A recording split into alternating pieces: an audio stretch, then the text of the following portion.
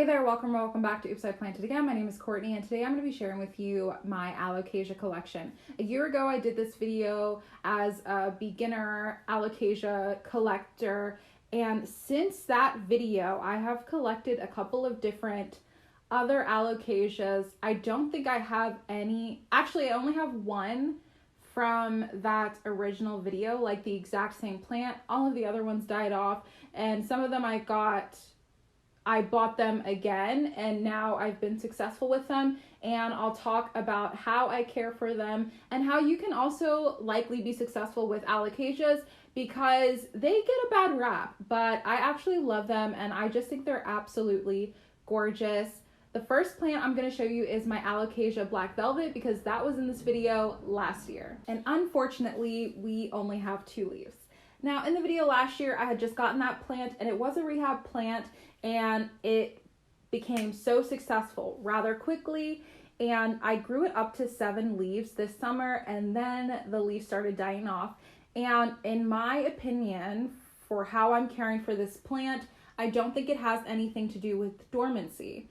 Why I think those leaves started to die off was because of the medium I had it in. If you've seen any of my videos in last year, I talked about using this mix from Miracle-Gro. It was like their tropical houseplant mix, and honestly it's terrible, and I would not recommend you buying it because all of the plants that I put into that mix died except for this one. It continued to put out new leaves, so I didn't want to change it or alter it because I always feel like your plant will let you know when it wants to be repotted.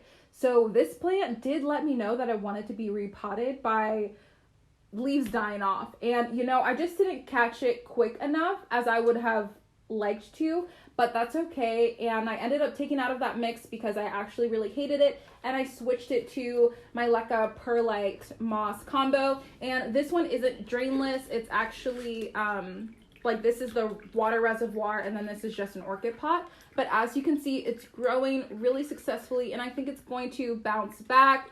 We already have new little sprout in the middle, and I'm hoping it's not a flower, because this plant actually flowered for me multiple times in the last year, and I just, want leaves. I don't want any more flowers from this.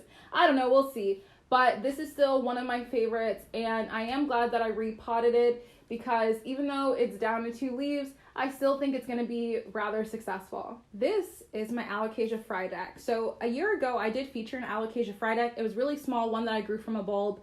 I was utterly unsuccessful with growing that plant, and one of the major reasons I think was because I wasn't being conscious of the humidity that this particular alocasia needs. In general, most alocasias really thrive in humidity, but some of mine I've been able to have around the house as long as they're near a humidifier. But this one was one that I bought as like a pup, like it was really small, and I've been able to grow it this big. This leaf is on its way out, but I think I'm going to repot it. I think that it would benefit from being in a drainless potting situation, because the alocasias that I do have in that mix seem to be really successful, and I think it really helps to ensure the moisture retention for the plant, and that the roots are, going to be happy and sprout out new leaves. So we already have the next leaf coming up, and I'm excited to continue watching this grow. Another issue that I've run into, I can see a bulb right here, I think. Ooh, frydek bulbs. I tend to not bury alocasias deep enough sometimes, just because, I don't know, I do dumb shit sometimes. So if you don't bury them deep enough, they really do get like how this is flopping out. And I've actually repotted this already in this container deeper, but this container just is not big enough, especially for how big I know that they can get and how big I want to grow it. So I will definitely be doing a repotting of this plant, and I will definitely be taking you along. To be honest with you, probably my favorite alocasia, and that's a lot for me because the black velvet is the one that I boast about the most, but this one has just surprised me in how well that it grows and just the look of it. I love the dragon scale. Oh, this is an alocasia dragon scale, I didn't tell you that.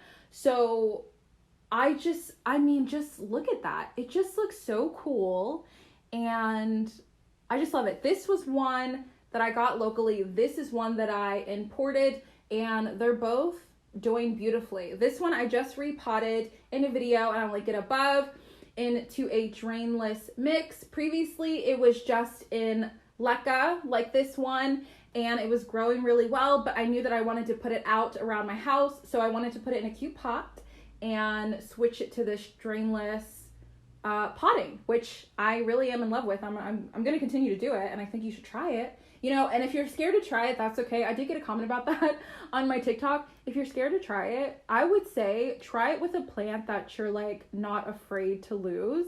That sounds weird, but I mean a plant that you're just like, okay, if it works, great. If it doesn't, you know, no harm, no foul. So I would say try it with a plant that you're just like not too worried about, or even like a cutting of one of your favorite plants, and see if you like it. Because I just think it's really amazing. It's aesthetic, and it really helps with moisture retention, like I said. And you can see the roots in this one are absolutely going feral. So this one will also need to be repotted ASAP, meaning I'm going to make another trip to IKEA to get this one another cute pot. This is the plant. This is the alocasia that gives them a bad rap. This is the alocasia maharani, and I just featured this in a video on plants that I would not buy again, and this is one of them. In that video, as I was filming, I realized it had spider mites on it. So me being alarmed, I treated it, and it's been isolated ever since then. It just sits on my desk in my bedroom. So when I went to grab it for this video, I looked at it. Why are there still spider mites on it? Like, how? I literally treated you. Like, I doused this thing and it's isolated. Like, what is the issue? I don't know. But it's still growing. So I'm not going to trash it yet. And this one is, I think this is the only one that I have like this, that is the soil with the drainless potting. And honestly, I still like it. I still think it's a vibe. And obviously it's growing, so, you know, I can't talk too much shit. But I just, this one, knock on something wood, is the only one that I've really had well, not the only one, but this one is the most recent one that's been pissing me off, to be honest with you. And, you know, I'm just going to continue to isolate it because that's all I can do, and treat it. And if it's still growing, cool. If it dies off, I'm not going to miss it. Okay, this by far is probably my worst alocasia. It's the Alocasia Green Goddess. And as soon as I got this plant, it was already off to a bad start. I got this from a local nursery. It was really cute. It was really big, beautiful. And it was already isolated. I isolate my plants at least for 2 weeks when I bring them into my home because of pests, and you just never know. You want to isolate it before you put it into your collection. And as this was isolating, I noticed it started to look weird, and I looked and it had mealybugs. Now, I've only dealt with mealybugs a few times in my entire plant journey in the last 6 years. So that was really startling. I treated it. Everything seemed fine. And, you know, I was like, okay, can we like move past this? And then I realized it still had mealybugs, even though I really did treat it, I promise you. So then I ended up repotting it into leca, not even this container, a different container for leca, and it seemed to be doing really well. And then, you know, spider mites. And I was just like, what is going on with this plant? So by this time, I had already drowned the plant. Like, when I was treating it, I put a plastic tub in my bathroom. I think I did in my bathroom. And then one time I did outside. But I put it in a tub with a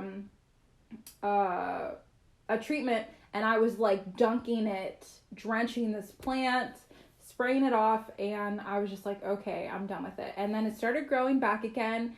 And then it continued to get leaf spots and just pest. And honestly, I'm not going to say I hate this plant, because I don't hate anything. But this one in particular, I'm over it. I feel like this is a waste of this container's cuteness to have this plant just be in here looking stupid. But I will say it did give me some Alocasia Green Goddess babies, and I will show you those. We have this one, and this one. There was actually more, but I ended up losing them when I was like repotting it outside.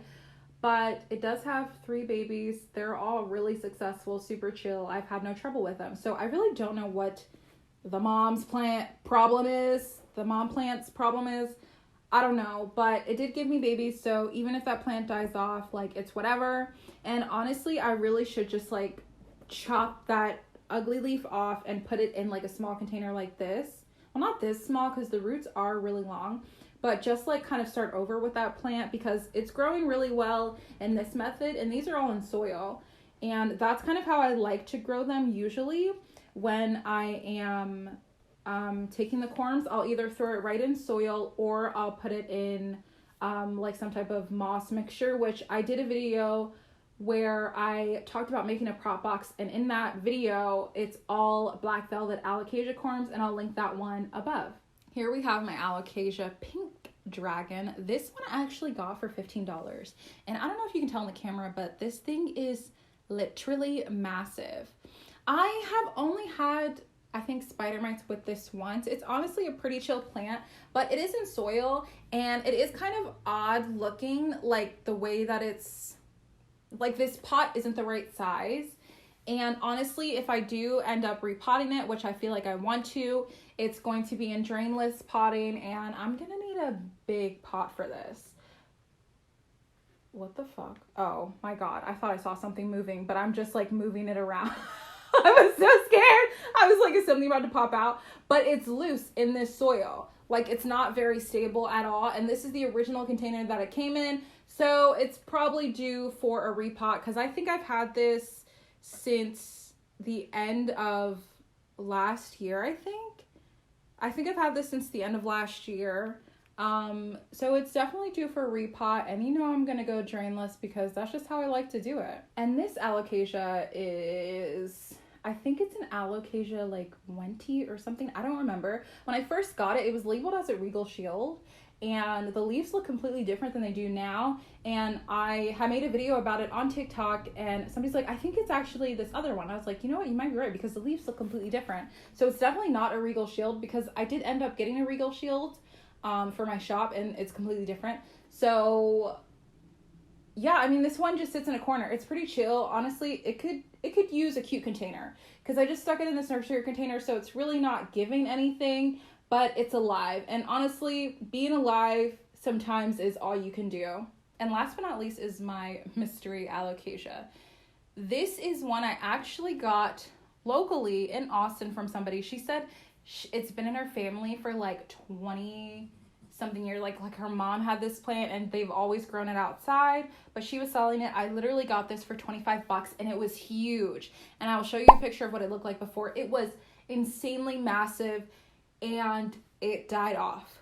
Like almost immediately it was gone. And honestly, sometimes when you have plants, I don't know, you just have to use your intuition to see whether or not it's going to go back, because sometimes they don't, and it's just like a random stump, but sometimes, you know, you just have that little bit of faith and it works out. So this had nothing. Like, this had no leaves, nothing. It had 3 huge leaves. When I got it, all of them died off, and I thought I just really screwed it up really bad because I was transitioning it from outside to inside rather quickly. And I just kept my faith. I just kept my faith with this plant, and it worked out. During the summertime, I ended up putting it outside on my front porch and watered it pretty much every other day, and it came back to life, and it has continued to bless me and continue to grow. I have never repotted it. I probably never will, because I just don't want to disturb it, and if it wants to grow this way, then I'm happy. And I am just so excited to see what this plant looks like a year from now, because I just think it's going to get huge. Like, this just doesn't do it justice. If a comeback was in the dictionary, this plant would be in there, because this plant came back very successfully. I want to thank you so much for watching today's video, and I want you to comment below, what is your favorite alocasia? I feel like mine, it's probably my silver dragon scale. That's probably mine at the moment. I just think it looks so cool. But make sure to tell me what yours is in the comments below, and thank you again so much for watching today's video, and I'll see you in the next one.